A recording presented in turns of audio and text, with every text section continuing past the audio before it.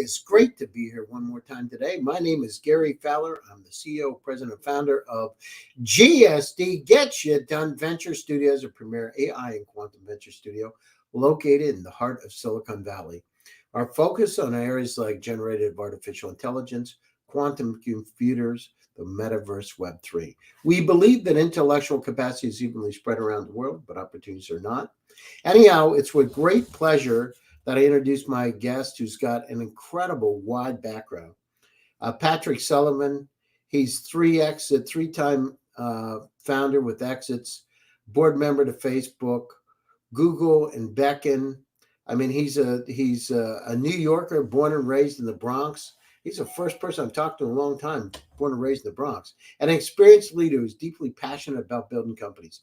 He's a former founder and CEO of Source3, which was acquired by Facebook, a data-driven company in the copyright licensing space, enabling both physical and digital product creations around intellectual property. He's also founded RightsFlow, a data-driven enterprise music licensing and royalty company acquired by Google in 2011. At the time of the acquisition, RightsFlow serviced over 20,000 music labels, distributors, and digital service providers and managed licensing for over 30 million recordings and billions worth of transactions. As part of Google, RightsFlow became an integral part of YouTube's music monetization, allowing for substantial expansion of the scale of Content ID. So with that, I'd like to introduce you to Patrick. Hi, Patrick. How are you doing today?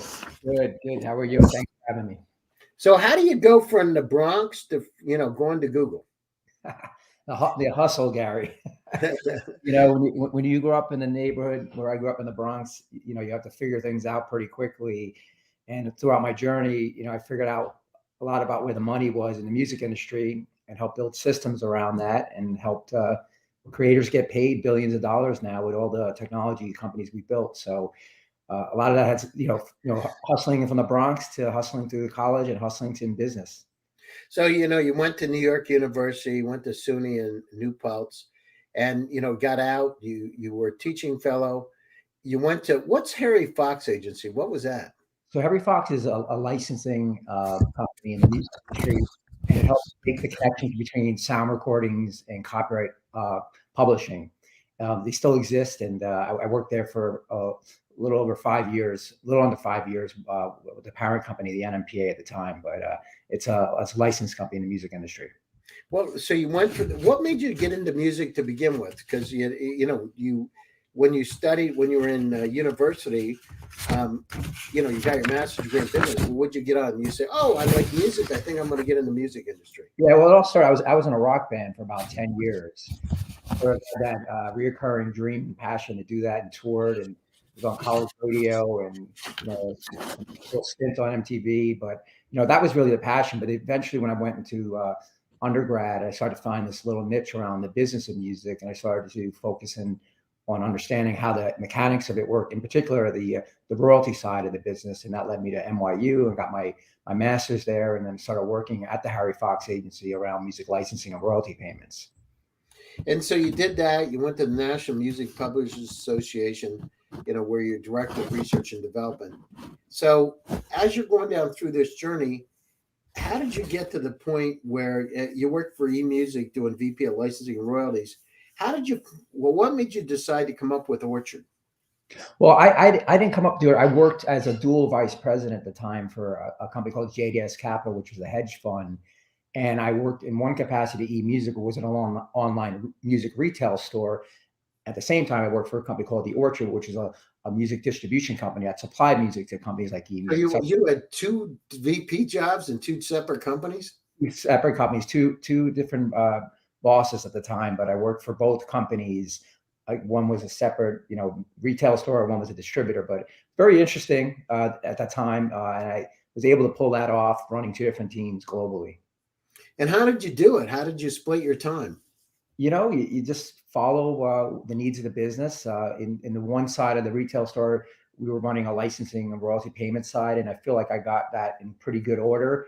And that was sort of humming along with the team that I put in place there. And then I really switched gears a bit and focused about 80% of my time on the music distribution side, which was pretty exciting back in early 05, 06, 07, where music distribution was early stages with iTunes and the music services. So it was a lot of fun. Well, how'd what made you decide as you're going down through this journey? You were at Hunter College as an adjunct professor. Then you did Rights Flow. How did you come up with that idea, leading leading the licensing and royal technology for artists? And then how did you become an entrepreneur in residence? How do you go from getting acquired to become an entrepreneur in residence? Well, when I was at the orchard, I started to build a licensing, a royalty payment system for the labels they distributed. And, I decided, it was my time to leave. They were a great company and great people, but I got that itch to start my own company with my partner, Ben Cockrum. And we just put a sort of a business in place, first built a consulting business, had the clients, found out more of the clients' problems, and built this large licensing system, payment system. It was a lot of fun. And then once we got to Google, we were plugged into this little company called YouTube, and that's where we really turned on the monetization and payments for YouTube Music.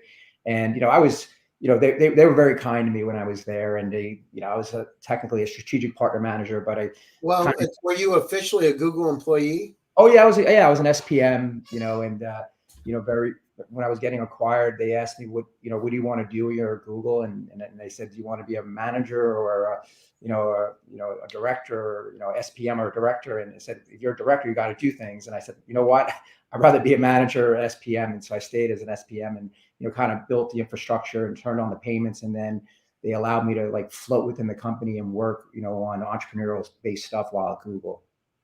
And how long did you have to stay there? Technically, we were there. We had a 4-year, cliff. 4 years of earnout, I should say, and we left after 3 years. So I left some money on the table, but it was my time to go. Yeah, how was it going from running your own company to working for Google? I tell you, when you're going 180 miles an hour and all of a sudden you stop, it's a hard thing to turn off that mental speed. And when you're going to this big company, you have to be a little slower and more methodical about how to position your company. So it was a tough, but we knew we had a job to do. Our first year was working on getting our business Rights Flow integrated. We did that successfully. But it's definitely can change your whole mind when all of a sudden you're like, wow, I don't have as much to do as I did when you're running a startup, because every day you're hustling, you're trying to get clients, you're trying to bring in revenue, you're trying to do all these things. But then you're at Google, you have infrastructure, you have resources, you're getting really well paid, you're getting stock and bonuses, all these crazy things that you never imagined. Did you ever think about it and say, well, geez, this is kind of nice. It's kind of like being retired. Why don't I just do that? I did for a bit. I was for my last 2 years, I was the guy walking around the halls going, anybody want to play tennis? Anybody want to grab a beer? And people like, it's noon. But I was that guy. But if you're an entrepreneur, it's hard to stay in those places. And I find myself, especially when I was there, that it was my time to go. I love the company. The people that I worked for were really incredible, and they were very kind. But like anything, if you're entrepreneurial, you get that itch again. And my wife always cracks up. She goes, "Don't you ever want to stop?" And for me, I'm on my third, my fourth one here, but I love it, and I like being sort of on the bottom, because you got to go down to go up. Yeah, that's right. You're right. You start at the bottom. There's no way but up, right? So you did. So then you founded Source 3. So you did that right after Google, right? So you started. Were you thinking about it while you were at Google? Did you say, "Oh, I have some ideas. I want to do something"?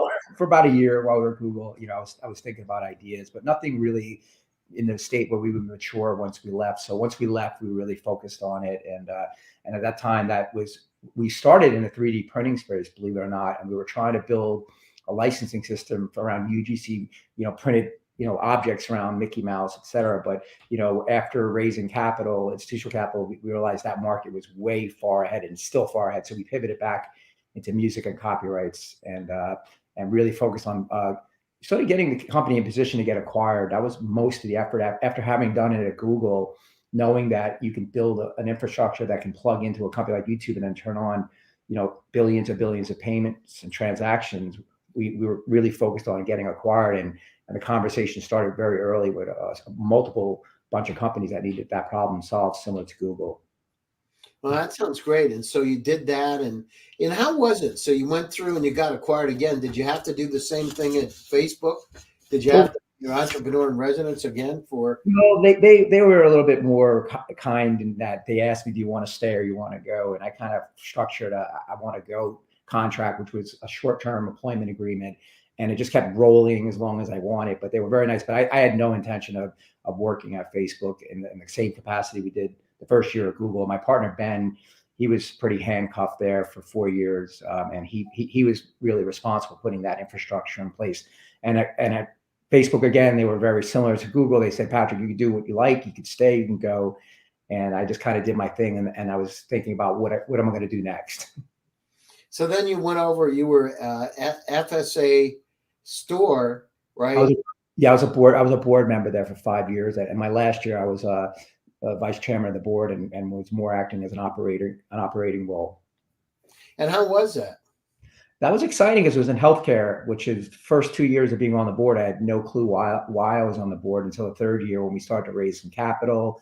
We started about strategic outcomes and position the company. And that's where I kind of was seeing where I could add value to the company. And it was really wild. And the brilliant CEO, Jeremy Miller, that ran that company and the team and leadership there. But it was watching that company go from, several million in revenues, hundreds of millions of dollars in revenue was wild, being part of the healthcare space as well. And how did it feel? It was great, because now I was able to be, a board member, advisor to the CEO and the other institutional investors, and sort of balance the two. I was the independent. So, when you have board dynamics with a CEO and investors, someone has to come in and try to give a little bit of their guidance. And fortunately, the CEO and I got along quite well as the other board members. So we kind of brought a little balance to the force of that company that was growing quite quickly. And how do you cut deals with them? So what do? Get stock, or do they? Yeah, in that they were very generous. They gave me a stock grant that I at the time when I joined the board, I didn't think about it. And then they paid out dividends, which was pretty incredible. You're getting checks, and it was one of those companies that they kept on giving because they grew, and then there was earnouts, and there was all these interesting things that happened on the transaction. It was pretty wild. It was a pretty significant transaction for me as well personally. Well, that's great. Well, you're amazing. You've done incredible things, Patrick. It's just amazing. And then you did Chaz Rock Investments. So you invested in early stage startups as an LP. And what made you decide to do that? It was time to give back. And, some of the funds that invested in my companies that asked me, would you be an LP? And, it's one way to get back to them. And so I all three of them were current previous investors in my companies. And so I thought, what better way to give back than invest in their funds, and then they'll invest in startups and see where it goes. And it's, it's very early, but they're pretty, established funds. And for me, I don't think about that investment other than there's capital calls, obviously, and you have to put in money. And other than that, I just hope for the best, and think they'll do a good job and maybe get some liquidity one day. But those are just long-term investments that as you don't think about much unless you're involved in some day-to-day operations or advisory. Yeah, no, it's amazing. Actually, every once in a while you check it, right, to see what's happening with your investment. And every once in a while there's really good news, right? Yeah. So and then you went from here to here. You did that, and as you're going up the chain, how did you change, Patrick? Like your philosophy? Once you have that much money, did you feel more comfortable? Did it change the way you look at life? It changes everything, first of all, because when you go from historically, you're going up in the Bronx, we didn't have a lot of money, to now having wealth, and you have more money, more problems. You start to buy assets, and sometimes it's a good asset where it's property or something like that. And then there's like a lifestyle that you just invest. You buy things and you don't know why, but you still have the feeling one day what could happen. And also I have a special needs son, so I'm always looking what it looked like for the next 50, 60 years for him, and having liquidity and capital and cash, as you know. But for me, you still live like you're going to go one day one day you go broke, because that's the way I've always been, thinking about. Yeah, no, I understand that. And, it's interesting because having a special needs son, did that help you want to be successful? Yeah, it did drive me. And one of the benefits of working at those big companies at Google, they have incredible insurance, at least at the time. And that was amazing. So it helped us put the footprint and foundation in place to help him with services at the time was incredible. Similar to Facebook, now I have pretty good insurance here, but those things are the most important things. Giving your children obviously the opportunities that you didn't have. The pool, the backyard, the lake, the palm trees, the Ferraris, all these things that you now have that you want your kids to experience that you only dreamt of. And at the end of the day, it's all material. It doesn't really matter other than your health. But it is fun some days to enjoy. And one day we took the Ferrari to the Bronx, and I let all the kids in the neighborhood drive the Ferrari. So they were Ferrari to the Bronx. Yeah, we did a 2-hour stint, and it was actually Westchester. I'm sorry, it was the border of Westchester. It was all these young kids that got to drive in the Ferrari for about 2 hours on Thanksgiving Day. So that was the fun, of having that experience. Now, how many Ferraris did you buy? No, I only bought one Ferrari, some other cars and older cars, but there's a point in time that they don't really mean anything other than What means a lot, Patrick? As you go through this, what means a lot to you? What's the most important thing? I know you said health, and that's obviously important, but what becomes the most important thing once you have the things that you need? Well, I think the most important for me is obviously your family and keeping, everybody, getting experiences you didn't have. That's probably the most important thing for us, is allowing them to get the opportunities that we didn't have, and also raise them being humble and kind. My children, I believe, and my wife, who's very humble, that's the most important priorities. Obviously, running companies is fun and challenge, working on really complex problems that seem unsolvable, excite everyone that I work with. But the most important thing of the day for me is waking up knowing that the family's happy. And this little device, every day I make it a point to write a little note to the family on a little text message. I love you all. Have a wonderful day. That's great, Patrick. I love that. That's fantastic. Because that's what it's all about, right? We're here for a short period of time. I'm here for a long time. I'm here for a good time. Yep, exactly. You got to enjoy yourself. So you went down through that. You did Career Wives. Your business partner in that modern youth apprenticeship based in New York City. So it sounds like you're giving back again. Yeah, that was an initiative that was set up by Julie and Jamie Dimon. Jamie Dimon, the chairman and CEO of JP Morgan Chase, invited me to be involved on the business council of Here to Here. And I did that for a while. And that was a lot of fun because it helped give inner city, kids from New York and the community school system access to big tech and big banking companies, and help them provide a pathway. And that was super exciting for me to be part of, because they put infrastructure and they put this vacation education training program, an apprenticeship program that now lives on, and it's been adopted by Amazon and Ernst & Young and all these companies now, to give these people that typically don't have the same access as others to the networks of people, and then the placement within these organizations through an apprenticeship program, which is really powerful. And, as you're going down through, this is a little off topic, but, generative AI, we've been working on it for 9 years, right? So we did the unsupervised, semi-supervised AI, the GANs, variational autoencoders, ladder networks, all that. But now people are talking about it with ChatGPT. How much of an impact is that going to have?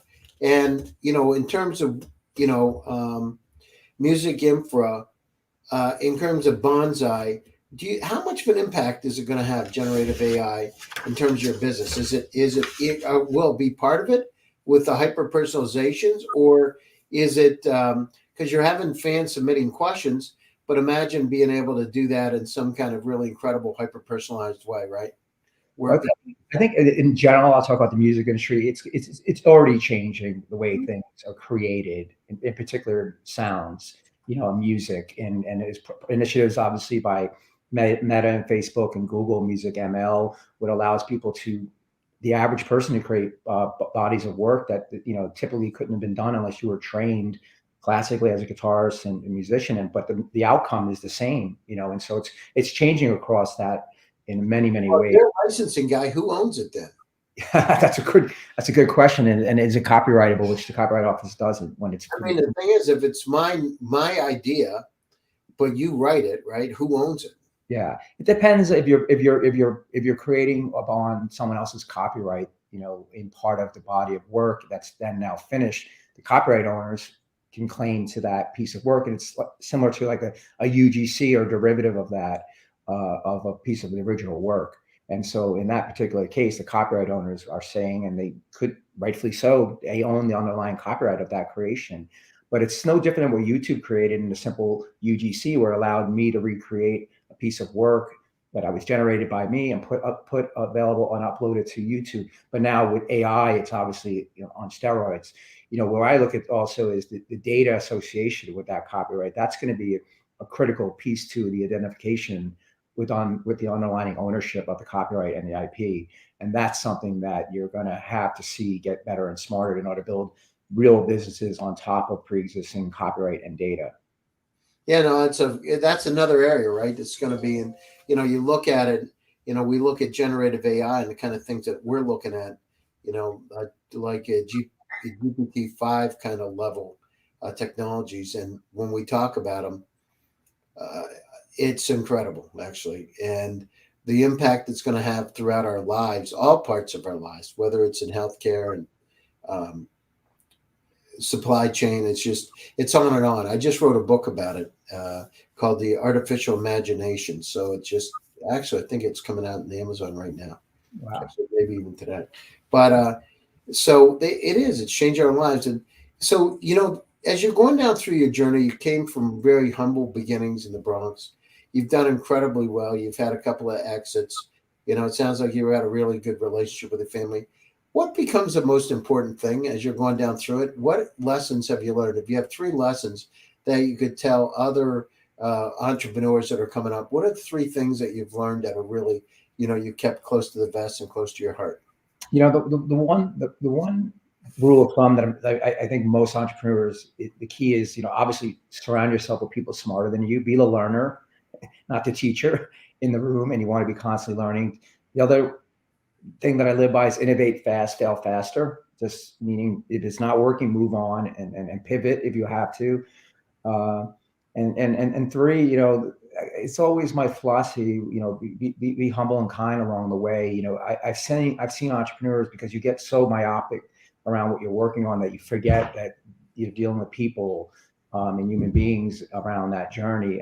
And for me, it's been very fortunate that I've worked with some people for the last 18 years in multiple companies and multiple stages where we continue to work together. And it's a big thing and a big testament to, surrounding yourself with nice and humble people that you want to be around. And for me, that's been the most important thing for me. I've, multiple investors, a journey where I've worked with, investors from 2009 and onwards who are investors in my current companies, and multiple companies we've invested in together. Whether I was on a board or we were working on a deal together. But those are the things for me are very important to me along the journey, and keeping those relationships alive, where I can get on the phone with someone who I worked with 20 years ago, and they'll take the calls, and you don't feel egotistical.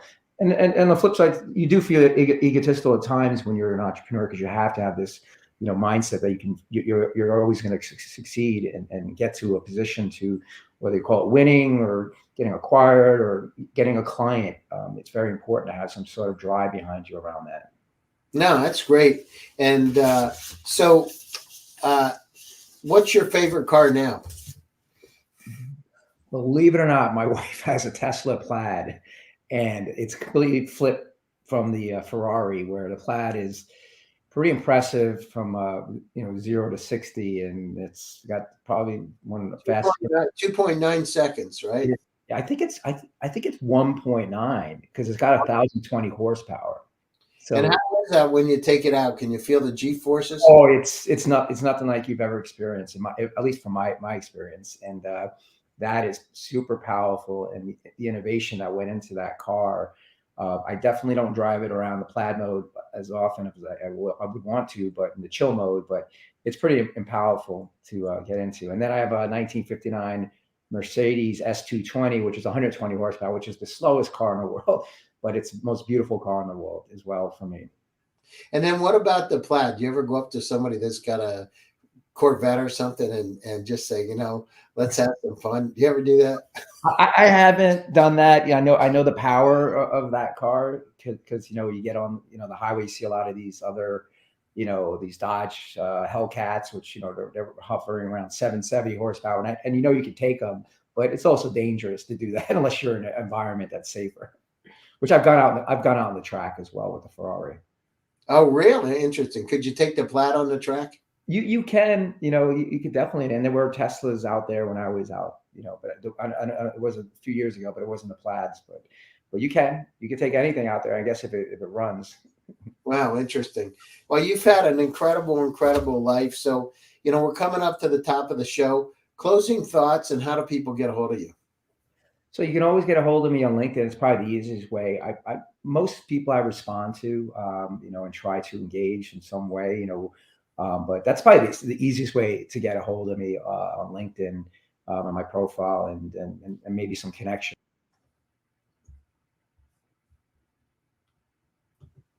Oh, that was weird. You just went off for a second. Yeah. So, and what are your closing thoughts? From the entrepreneur, enjoy what you're doing. That's the most important thing. It's talk to other people. Because as you know, there's a dark side to being an entrepreneur, because you wake up days where you don't know which way to go, and mental health is very important. To stay as healthy as in shape as possible as you go through that journey. But I think those are the things that a lot of people avoid and don't understand how difficult it can be. For me, there's times, as much wealth as you have, but when you're working on a project like a new startup, and there's difficult things to do ahead of you, talk to people, because it's probably one of the best things that you can do. I think it's getting a sounding board. And as you know, when you're a CEO or founder, it's lonely at the top, because sometimes you don't know who's above you to talk to. And I think surround yourself with people that can help guide you to that and mentor you. Don't be afraid to talk to them, because it's a challenge being an entrepreneur. Yeah, no, I agree with you. Well, I appreciate you taking time out of your busy schedule. I really appreciate it, Patrick. Thanks so much. And to all my audience out there, thank you for joining one more time. GSD presents Silicon Valley AI and Tech. And my name is Gary Fowler, and I'm your host. Stay happy, stay safe, and stay healthy. And I'll be back to you again on Thursday for another exciting edition. Thanks, Patrick, and thanks, everybody. See you soon. All right. Thank you.